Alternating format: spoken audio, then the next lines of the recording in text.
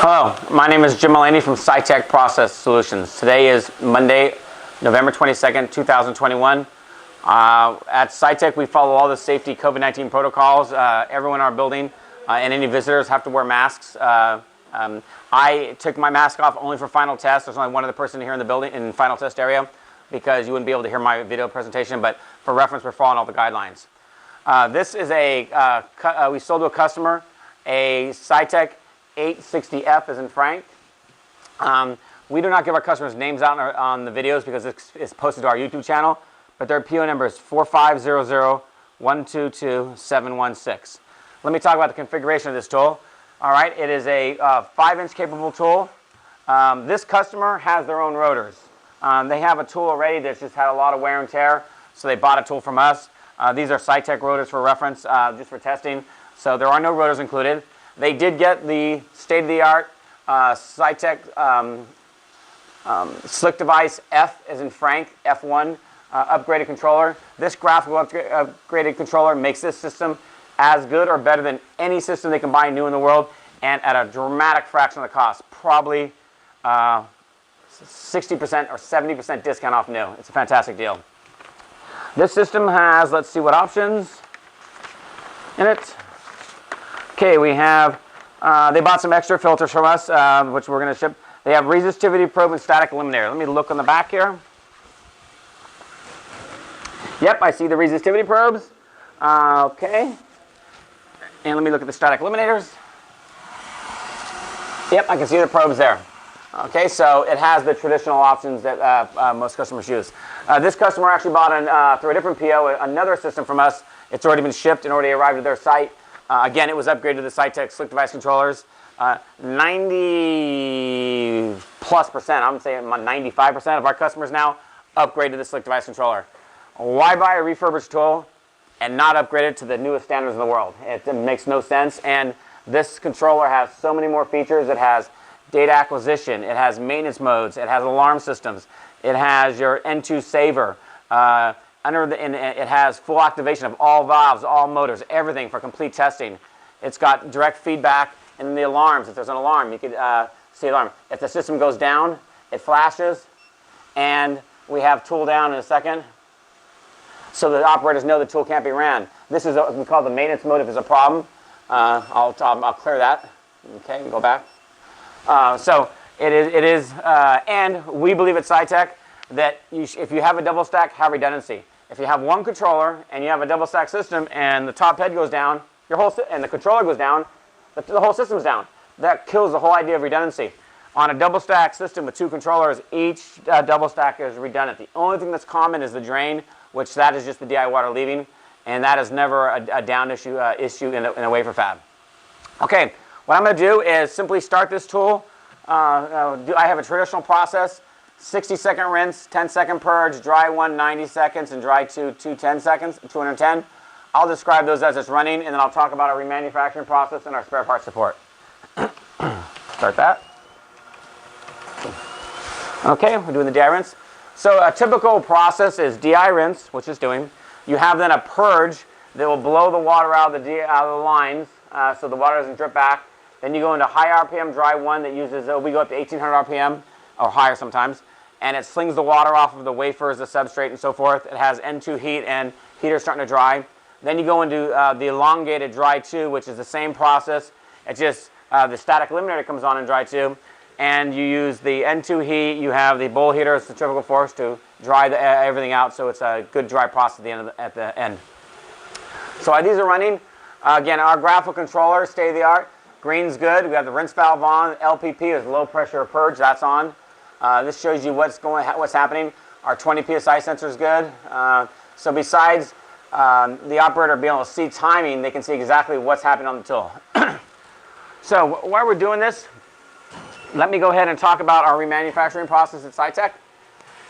So when we remanufacture a tool, our internal policy is the system has to look 95% brand new, but run like it's new. We have very, very stringent quality control here. That's why we've been around for over 20 years. That's why we've shipped now over 3,000 systems.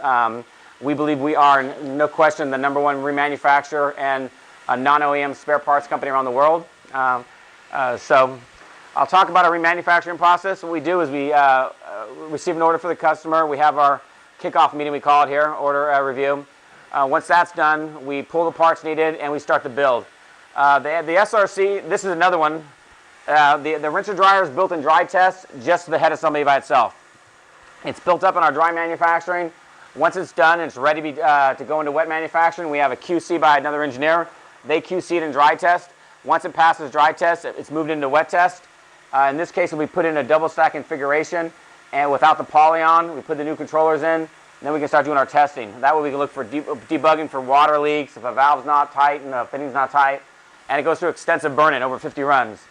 Once that happens and our manufacturing manager is happy, we then put the skins on it, like now. This system looks brand new, it's got brand new skins.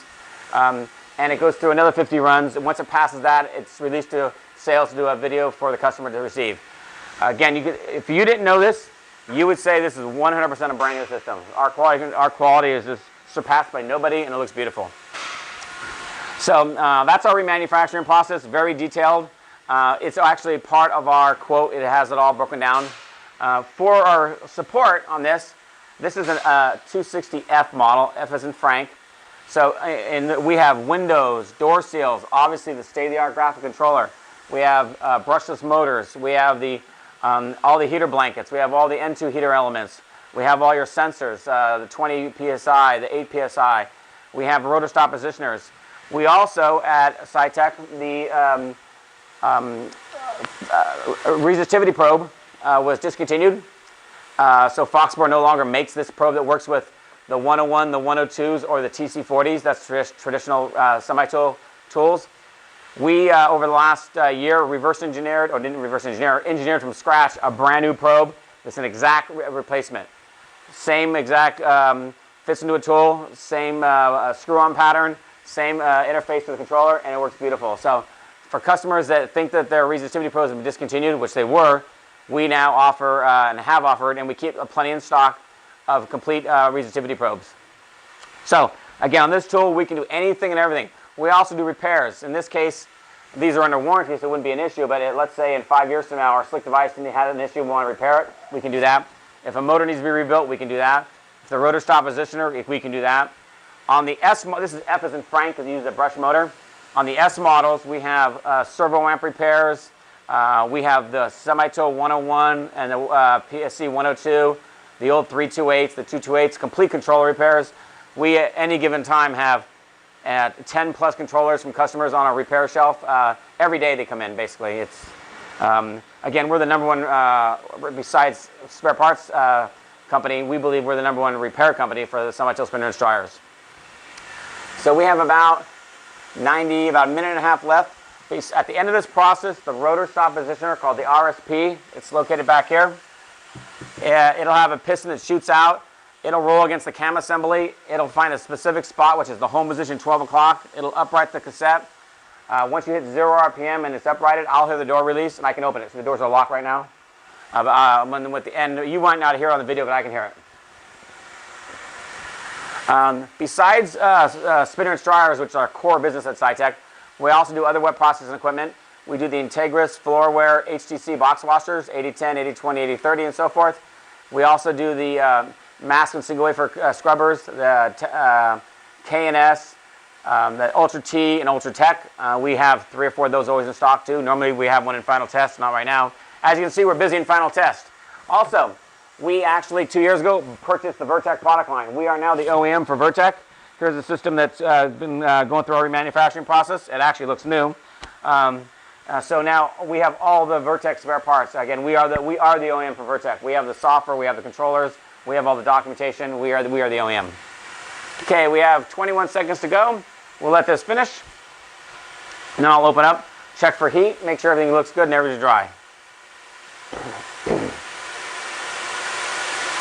Green means, for reference, process is running. We're good right now. Red would mean there's an alarm. That's no good. Amber means we've unloaded, the door's been open to unload the wafers. Okay, we give our braking there.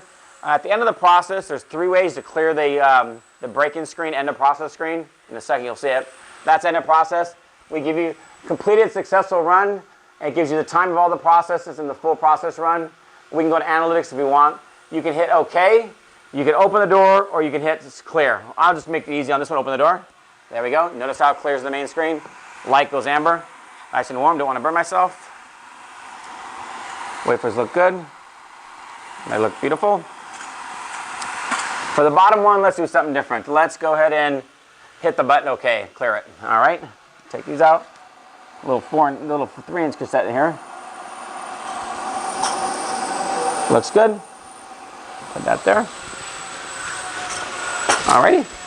Okay, so to finish up in our talk about our company, besides the web processing, again, which is the core of our company, we also do photolithography and metrology tools.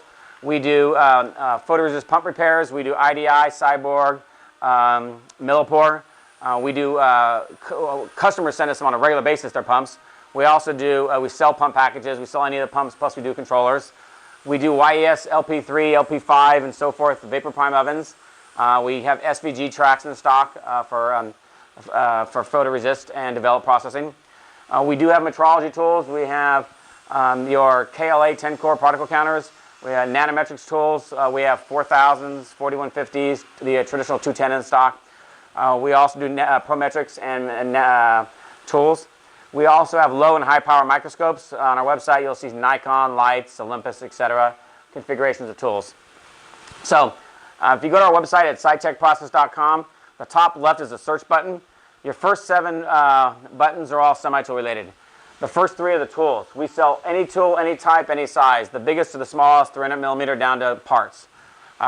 You can scroll, look at the tools, contact sales from any page, send us an email, we'll get back to you.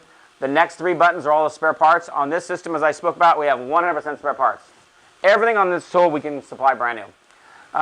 The last button on the 7th button is the extra spare parts we have, not near in depth as our SRDs, is for the semi-tool SSTs, WSTs, and SATs. We have quite a lot of spare parts.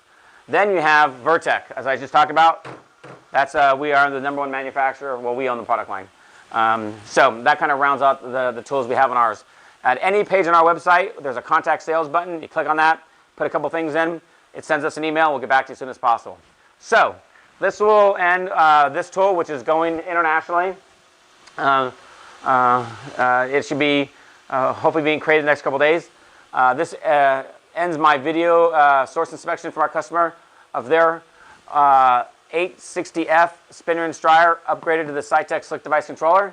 Today, again, is November 22nd, 2021.